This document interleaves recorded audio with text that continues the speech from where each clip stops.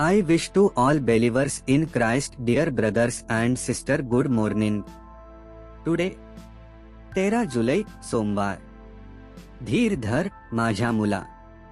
मुला, धीर धर, तुझी पापे क्षमा झाली आहे. मत्तय 9:02. जग अनेक मार्गांनी आपल्याला निराश आणि थकवण्याचा प्रयत्न करते. सैतान दुःख, निराशा आणि हताशपणा आणतो. लोकांनी बोललेले कठोर शब्द हृदयाला दुखवू शकतात आणि ओझे वाढवू शकतात. पण आपला प्रेमळ प्रभू नेहमी आपल्या लेकरांना सांत्वन देणारा, सामर्थ्य देणारा आणि पुनर्स्थापित करणारा आहे. येशूने पक्षाघात झालेल्या मनुष्याला जे सांगितले त्याचा विचार करा. मुला, धीर धर, तुझी पापे क्षमा झाली आहे.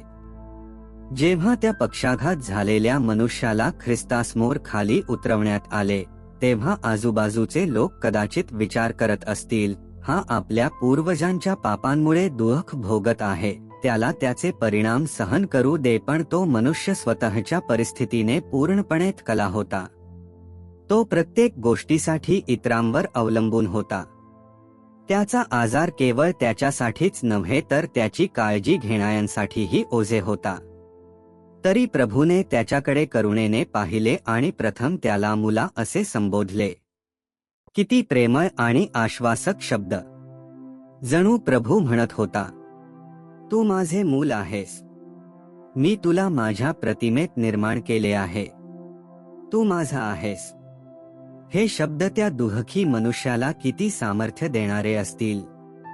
देवाच्या लेकरांनो, कदाचित आज तुम्हीही निराश असाल. कदाचित तुमचे हृदय थकलेले आणि आत्मा खचलेला असेल. तरी प्रभू प्रेमाने तुम्हाला माझ्या मुला किंवा माझ्या मुली असे म्हणतो. त्या दैवी आवाजावर चिंतन करा.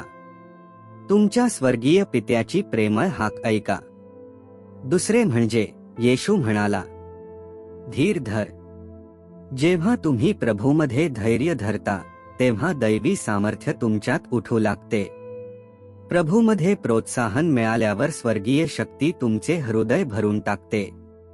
धैर्य सामान्य विश्वासणाऱ्यांना विश्वासाच्या योद्ध्यांमध्ये बदलते. तिसरे म्हणजे येशू म्हणाला, तुझी पापे क्षमा झाली आहे. प्रभूला त्या मनुष्याच्या दुःखामागील खोल कारण समजले होते. फक्त बाह्य परिस्थिती बदलण्याऐवजी त्याने मूळ कारण हाताळले. पापाचे ओझे दूर करून त्याने पूर्ण आणि कायमची पुनर्स्थापना दिली.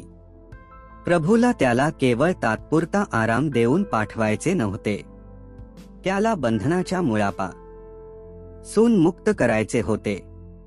त्यामुळे त्या मनुष्याला 2 चमत्कार मिळाले, शरीराची शारीरिक बरे होणे आणि आत्म्याची आध्यात्मिक बरे होणे. त्याच्या शरीराला त्रास देणारा पक्षाघात दूर झाला आणि आत्म्यावरचे पापाचे ओझेही काढून टाकण्यात आले. हल्लेलुया. पुढील चिंतनासाठी वचन. मनुष्याच्या पुत्राला पृथ्वीवर पापांची क्षमा करण्याचा अधिकार आहे हे तुम्हाला कळावे म्हणून मग त्याने पक्षाघात झालेल्या मनुष्याला म्हटले, उठ, आपली खाट उचल आणि आपल्या घरी जा. आणि तो उठून आपल्या घरी गेला. मत्तय 9:6-7. आजचे बायबल वाचन. सकाळ स्तोत्रे 7:8-9. संध्याकाळ प्रेषितांची कृत्ये 18.